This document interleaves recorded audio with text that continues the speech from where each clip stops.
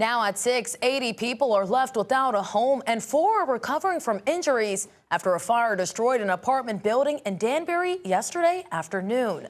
Thank you so much for joining us tonight. I'm Annette Montgomery. That fire also led to a partial collapse of the building, leaving some families unable to return to their apartments to get their items. Fox 61's Alicia Hercules is in Danbury with how families are processing everything a day after the devastating fire. You can still hear the fire alarm going off nearly a day after this Danbury apartment building went up in flames, as families entered the building to try to gather what's left of their belongings. Some of the people I spoke with say the ordeal was chaotic and felt like a horror movie. I smelled something burning, so I opened the door, and when I looked, like everything was on fire. Michael Leal had just woken up from a nap with his 6-month-old daughter when he smelled the smoke. So I take my daughter, I run out. Nilciani Prove, who lives in a neighboring building, heard the commotion and looked outside. And then we saw the fire on the top of the floor.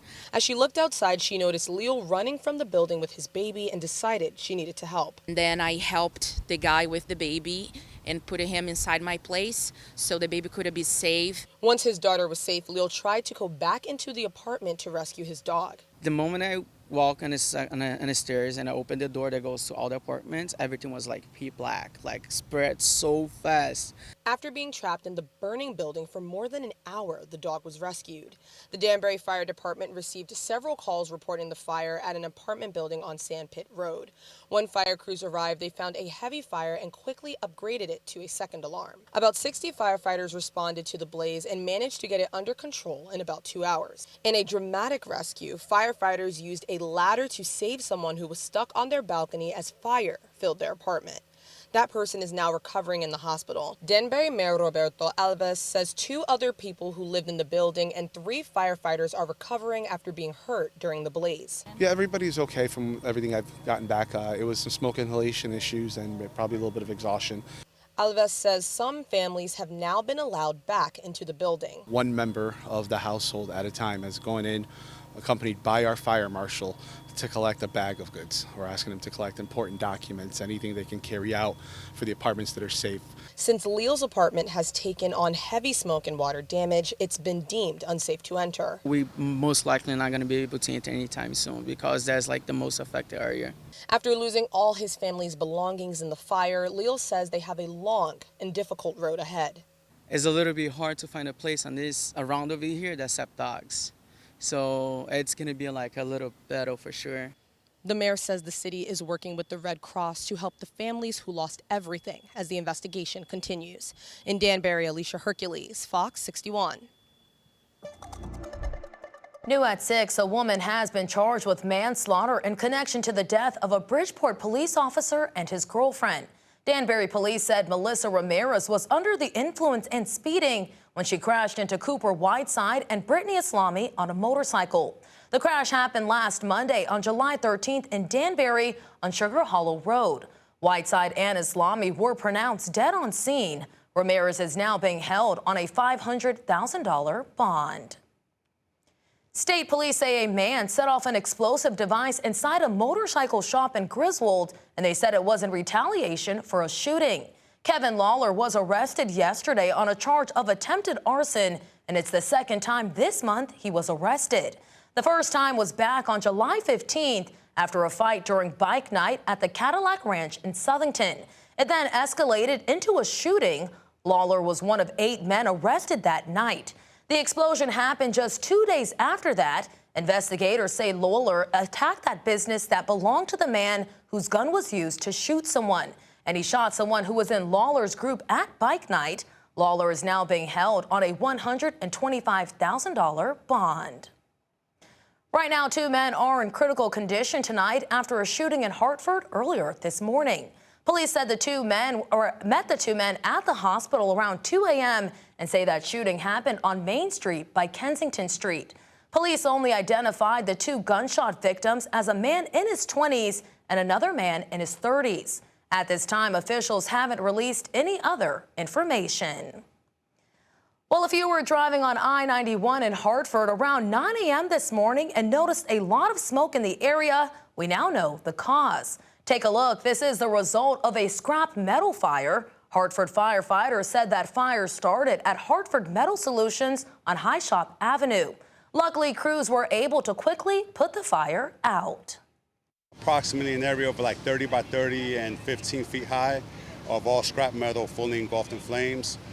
We utilized one of their employees to maneuver one of their heavy equipment to assist us in relocating some of the piles so that we can get into the deep-seated fire areas.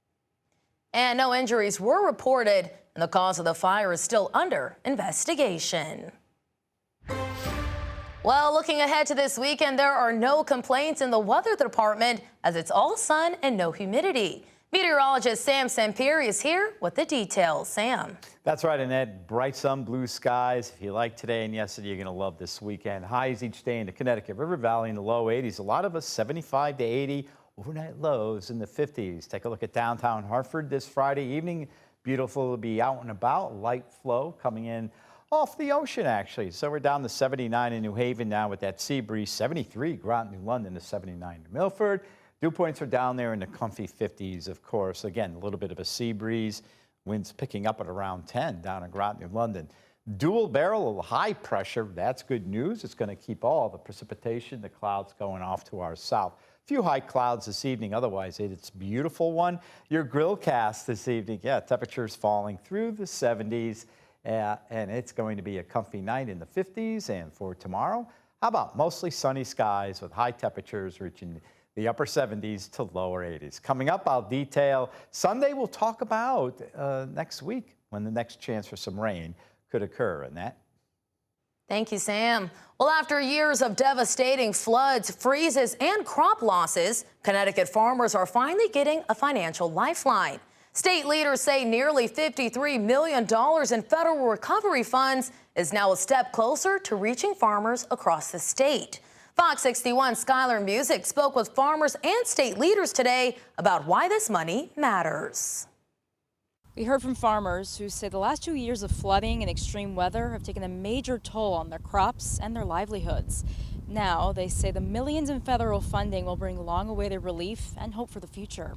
Back in 2024, Congresswoman Rosa DeLauro created funding in a government disaster assistance package for a farm recovery and support block grant program. That's for small and medium-sized specialty crop farmers. Flooding and freezing temperatures that year and in 2023 took fields worth of crops and millions of dollars away from many Connecticut farmers. One of those farmers is William De La Camera of Ceccarelli's Harrison Hill Farm in Northford, where he spoke at Friday's conference. When he wasn't getting the help he and his fellow farmers needed, De La Camera says he drove his tractor all the way to Washington, D.C. Friday was a major step forward, but now De La Camera says there's more work to be done. Let's stop reacting to disasters and start preparing for them. Let's build a disaster system that is fast, fair, and dependable, and worthy of the people who feed this country. We made it clear this money is owed to our farmers, and we are not going to rest until they are made whole. We will continue to push the administration whenever and wherever it is needed to make sure this money flows without delay. Some farmers we met say their children are becoming farmers and they need government support because extreme weather isn't going anywhere. In Northford, Skylar Music, Fox 61. Tonight, you might be wondering what is being done at the federal level to research, trace, and eradicate the cyclosporiasis outbreaks that have now hit 41 states. Well, some Connecticut lawmakers say not enough. With more than 60 reported cases right here in Connecticut, Senator Richard Blumenthal says he submitted a letter this week demanding answers from the Centers for Disease Control and Prevention. He said he wants to know why the parasite-induced illness has been inadequately controlled and why communication's been lacking. He says no further information has been released other than a suspected link to lettuce from a Taylor's farm plant in Mexico.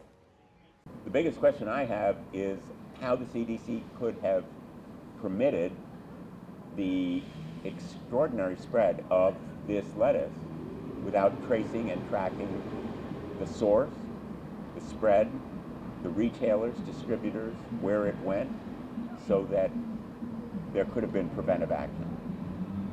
Why did the CDC drop the ball? Why did it fail to respond more promptly?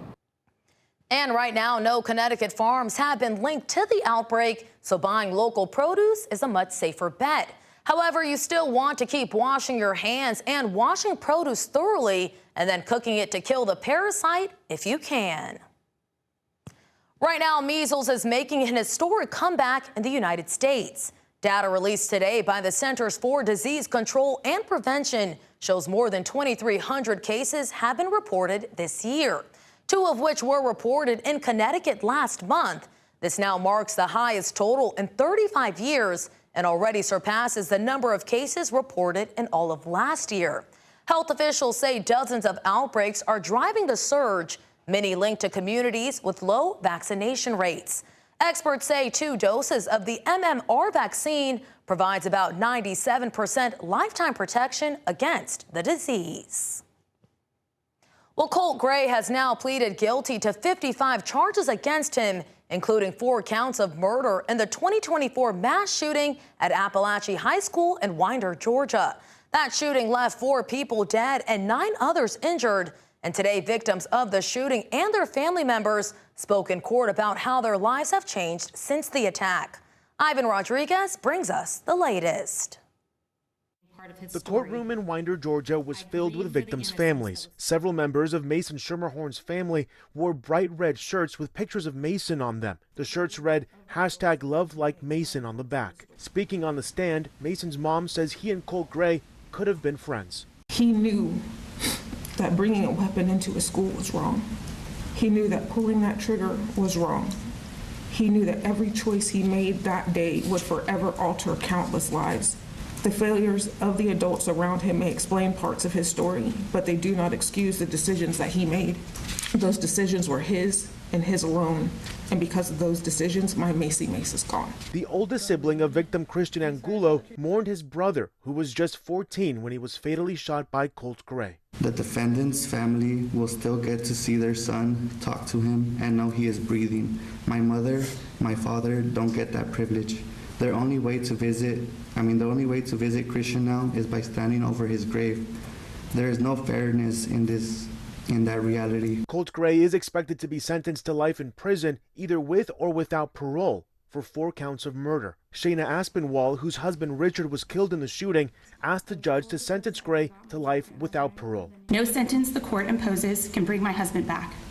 Nothing can restore the life he should have lived or the years he should have shared, but I ask the court to recognize the profound and permanent harm this crime has caused. Ivan Rodriguez, Fox 61.